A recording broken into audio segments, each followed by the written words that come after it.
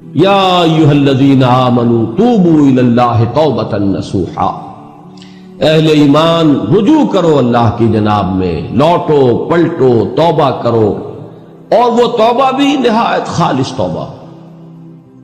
یہ توبہ حضرت علی رضی اللہ تعالیٰ عنہ نے ایک مرتبہ دیکھا ایک شخص کو، وہ گردان کر رہا ہے توبہ کی تیزی سے، فرمایا یہ تو توبۃ المکذبین ہے، جھٹلانے والوں کی توبہ ہے یہ۔ وہ گھبرایا، تو پھر آپ نے فرمایا توبہ وہ ہوتی ہے جس کے ساتھ وہ ساری کیفیات ہو، شدید ترین پشیمانی ہو کہ میں کیا کر بیٹھا ہوں، پھر یہ کہ آئندہ کے لیے عزم مصمم ہو کہ ہرگز دوبارہ یہ کام میں نہیں کروں گا، اور نہایت گڑ گڑا کر اللہ سے اس کی دعا جو ہے اس کی معافی طلب کی جائے۔ یہ قلب کی گہرائیوں سے جب تک یہ توبہ نہیں نکلے گی یہ توبہ نہیں ہے۔ تو توبۃ النصوح، یہ نصح کا لفظ جو آتا ہے عربی زبان میں، یہ ہے کسی شے کے خالص ہونے، کوئی اس میں ملاوٹ نہ ہو۔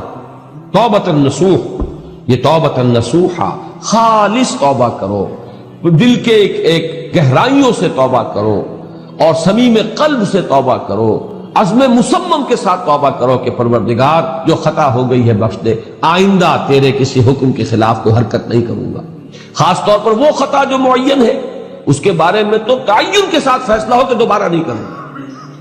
اس میں ہو سکتا ہے، جیسا کہ میں نے شاید آج دن میں کسی گفتگو میں عرض کیا تھا، بعض طبائع ہوتی ہیں مریض، ان کی قوت ارادی جو ہے کمزور ہوتی ہے، اس وقت وہ خلوص دل سے بھی اگر طے کر رہے کہ یہ کام دوبارہ نہیں کروں گا، تو وہ کمزور قوت ارادی کی وجہ سے اس پر قائم نہیں رہ سکتے، کل یا پرسوں یا کچھ عرصے کے بعد پھر پھسل جاتے ہیں۔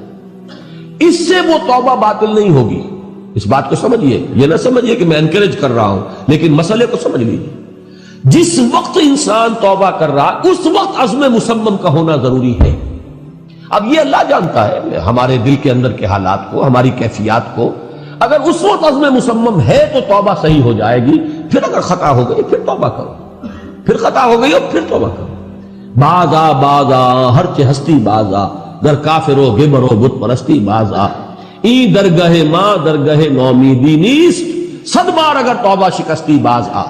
اگر 100 مرتبہ بھی توبہ ٹوٹ گئی ہے کوئی پرواہ نہیں، جب تک یہ زندگی کا تسلسل چل رہا ہے، معلم یغرغر، جب تک کہ وہ گھنگرو نہیں بولا ہے آ کر حلق میں، اور نزع اور جان کندنی کا عالم شروع نہیں ہو گیا ہے، اس وقت تک توبہ کا دروازہ کھلا ہوا۔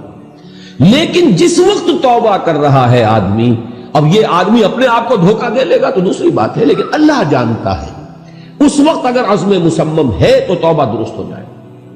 تو جو بھی معاملات ہیں اللہ اور بندے کے مابین، اس میں 3 شرائط ہیں کہ جو علماء نے معین کی ہیں۔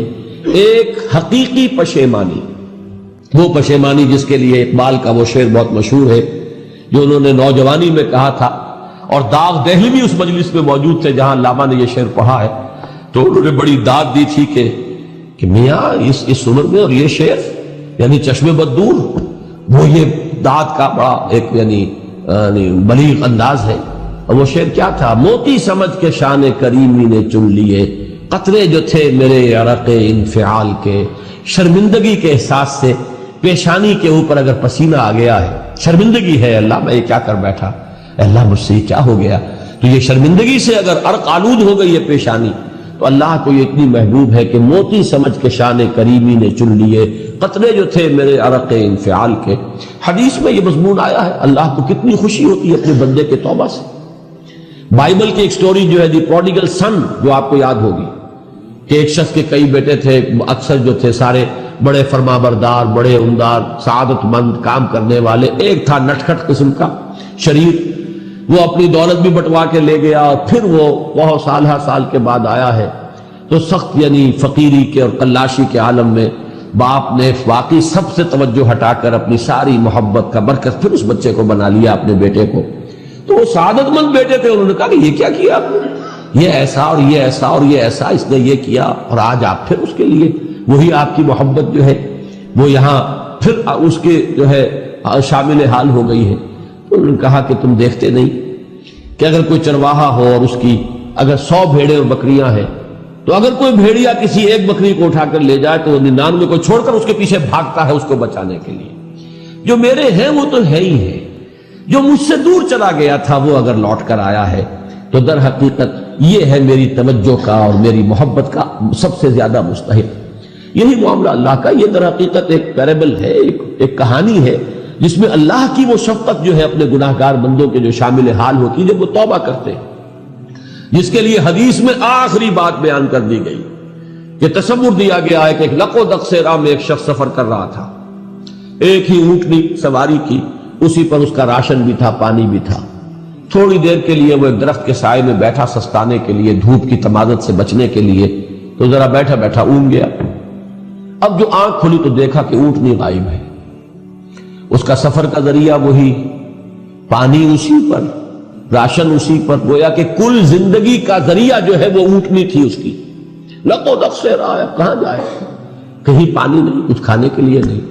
دیوانہ وار دوڑتا ہے دائیں بائیں ادھر ادھر اونٹنی کو ڈھونڈنے کے لیے، کہیں سراغ نہیں ملتا.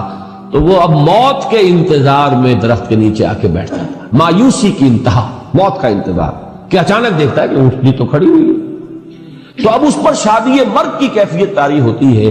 وہ کہنا تو یہ چاہتا تھا اللہ میں تیرا بندہ ہوں تو میرا رب ہے، کہہ یہ جاتا ہے کہ اللہ تو میرا بندہ میں تیرا رب. زبان لڑکھڑا گئی ہے اس خوشی کی شدت کی وجہ سے. تو حضور فرماتے ہیں کہ اللہ کو اپنے کسی گناہگار بندے کی توبہ سے اس سے بھی کہیں زیادہ خوشی ہوتی ہے. تو اس کو ذہن میں رکھیے، توبہ کا بڑا اونچا مقام ہے. ہمارے ہاں شرائط بھی سخت ہیں. 3 شرطیں وہ، ایک عزم مصمم، ایک پشیمانی، حقیقی پشیمانی. نمبر 2 عزم مصمم کہ اب دوبارہ نہیں کروں گا. نمبر 3 ایک مرتبہ ضرور اس کام کو چھوڑ دینا. یہ گویا کہ اس کے عزم مصمم کا فوری ثبوت ملنا چاہیے. کچھ دنوں کے بعد پھر کہیں جذبات کا لہلا آئے، کوئی اور خطا ہو جائے، بات دوسری ہو. اور جو حقوق العباد کا معاملہ اس میں 4تھی شرط اور ہے، اس لیے کہ حقوق العباد کی کوتاہی جو ہے اللہ تعالیٰ معاف نہیں فرمائیں گے. وہ تو وہی بندہ ہے جس کی آپ نے حق تلفی کی ہے، کسی کی غیبت کی ہے، کسی کی چغلی کھائی ہے، کسی پر تہمت لگائی ہے، کسی کا مال ہڑپ کیا ہے، کسی کو دھوکہ دیا ہے، کسی کی عزت پر حملہ کیا ہے، تو وہ تو وہی معاف کرے گا. یا یہ کہ آپ کی جو نیک اعمال ہیں وہ اس کو دے دیے جائیں گے قیامت کے دن، اور اگر آپ کے اعمال ختم ہو جائیں گے تو اس کے گناہ جو ہیں وہ آپ کے کھاتے میں ڈال دیے جائیں گے. بہرحال جو 4تھی شرط ہے حقوق العباد کے معاملے میں کوتاہی میں توبہ کی، وہ یہ ہے کہ آپ یا معافی طلب کریں یا تلافی کریں اس شخص کی جس کے حقوق کو آپ نے طلب کیا. Subscribe now and press the bell icon. Never miss an update.